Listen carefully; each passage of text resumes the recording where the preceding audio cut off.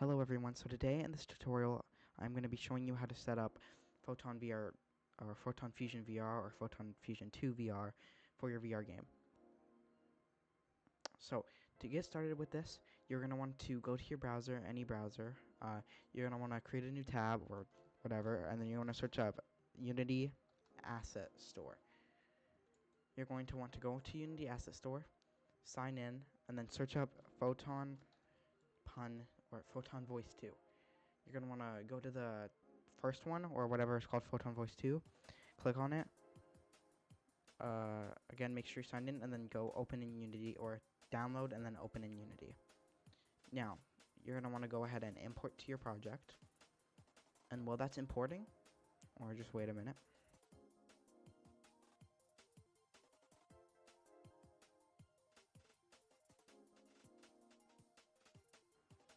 Okay, there we go.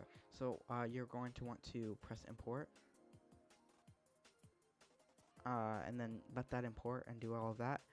And then once you go ahead and let that import, you're going to want to go back to the asset store and then search up Photon Fusion. And then once you're there, you're going to want to go ahead and go also to Photon Fusion. And you're going to want to do open in Unity, but first you got to let this import. So I'm just going to let that do its thing.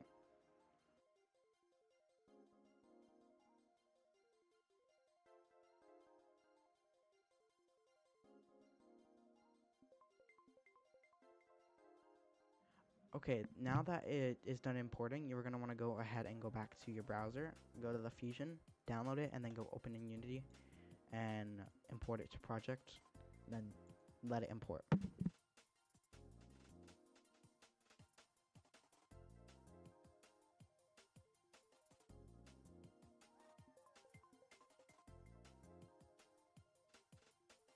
Okay, so once it is done importing, you should have a window like this pop up. It should have its here. Just close it. You should have a window like that pop up. I don't know what it's doing. Yeah, you should have a window like this pop up, and you are gonna want to go back to your browser, go to make a new tab, and search up Photon Engine. Should be the first website. You're gonna want to create an account and log in, or log in, and then once you do that, you're gonna want to go to dashboard, and then you're gonna want to copy your Fusion ID. Then you're gonna paste in here, and then that's all for that. You can close that. Now, for what you're gonna want to do after that is you're gonna want to go to the Discord linked down in my description of this video. You're gonna want to join that, and then you want to click on the channel called Fusion 2 VR. It should be out by the time this video is done. You're gonna want to go to the GitHub. Then again, like I said, there should be a new update by the time this is out, and there should be a package that you can download. But if you don't want to download a package and instead you just want the whole file, you can go to code and download zip. Now, if you download the package, which is what I did, you're going to want to go to import package, custom package, and then Fusion VR. But if you downloaded the file, which I will download real quick, you will have to unzip it when you download it, which I'm not going to do. But once it's unzipped, like say I have this unzipped file right now, you're going to want to drag the unzipped file into Unity, put it in there. But I'm just going to use the package that's inside that I already have.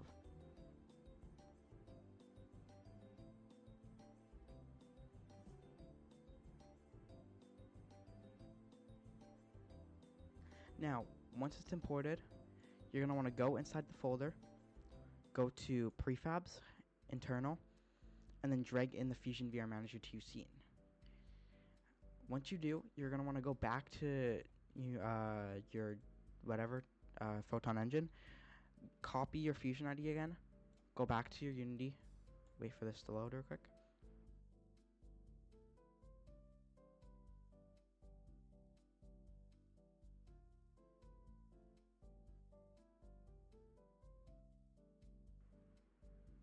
Okay, once it's done compiling or whatever, you're going to want to go ahead with the copy Fusion app ID, paste it in there. And then after you do that, you're going to want to go to the, what is it called, the Photon Voice ID, and paste it in here into Voice app ID. Now, if you don't know how to create the app IDs, which I don't think I explained earlier, you're going to want to go to Create New App. You're going to want to go to Fusion 2, Name, Create, and then same thing with Voice, Create. Now, after you get those two, you're going to want to go to Region. You can set to your region any other region you want. I'm going to keep mine as EU. For player, you're going to want to go to your rig. You should have a rig. You're going to want to lock it in the top, or it should be over here for you because I swapped my sides. But once you're going to want to lock your thing, go to your rig. Main camera is the head. Left controller is the left hand, and right controller is the right hand. If you have a physics rig, you're going to want to go to your physics hands. Go to your physics hands, left hand, physics hand to left hand, right physics hand, and a right physics hand. Now, for default key, you can set whatever you want. I'm going to keep mine as default. For room limit, you can set whatever you want. I'm going to put mine as 10. For networking mode, you can set it as anything you want, but if you don't use shared, you might have issues with host migration. Now, for voice and runner, you're going to want to go back to your prefabs and internal and drag in the voice runner. Don't drag it into the scene and then drag it into the voice and runner, because if not, you're going to have issues later on. For other, it's connect and awake, join room and connect. I'm going to turn that off, but again, it's up to you. For room control, you can set the room that you want to join, which I'm just going to set this for now. And then for join room, it's join room, and then leave room, it's leave room. Then you're going to want to scroll down, which I'm going to close this.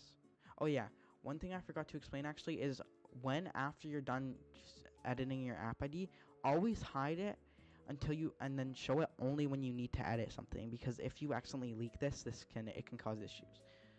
But once you're done with that, you're going to want to go to player spawner. I keep mine I'd keep it as black. The default name you can set to anything you want. It's just the default name that someone gets when they first ever play the game. The network player spawner, you're going to want to just go to prefabs, go to player, and drag it into there. For cosmetic slots, you're going to want to create 5 of them.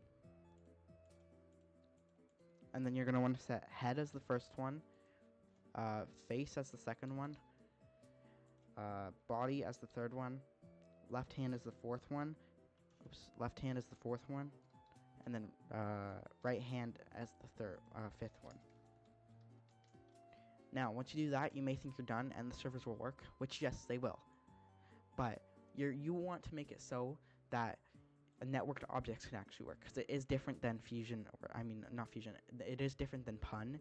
You can't just drag, or you can't just have an object with the networking stuff inside your game and everything. You actually have to set it up correctly first of all. So you can copy the settings of this scene, but so what I did was I set allow 30 state and sync scale, but again, it's really just up to you, like with the settings and everything, and there will be a prefab just in case you forget anything like that. But that's not it. You have to go back to internal and drag in FusionVR spawner into your scene.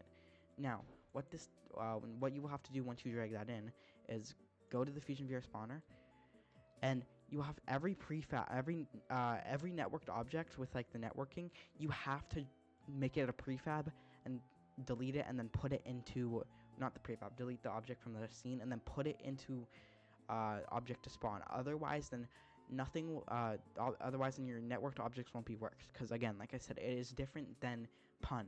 You can't just put on like transform view and photon view, because it won't work. The networking won't work.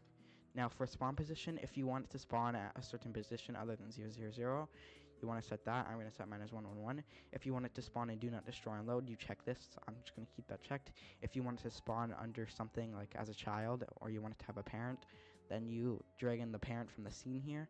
If you want the parent to go into do not destroy and load, then check that. But I'm just going to keep mine like this. So now, once you're done all of that, you're going to want to go ahead and start your game. Oops. Just wait for that to start.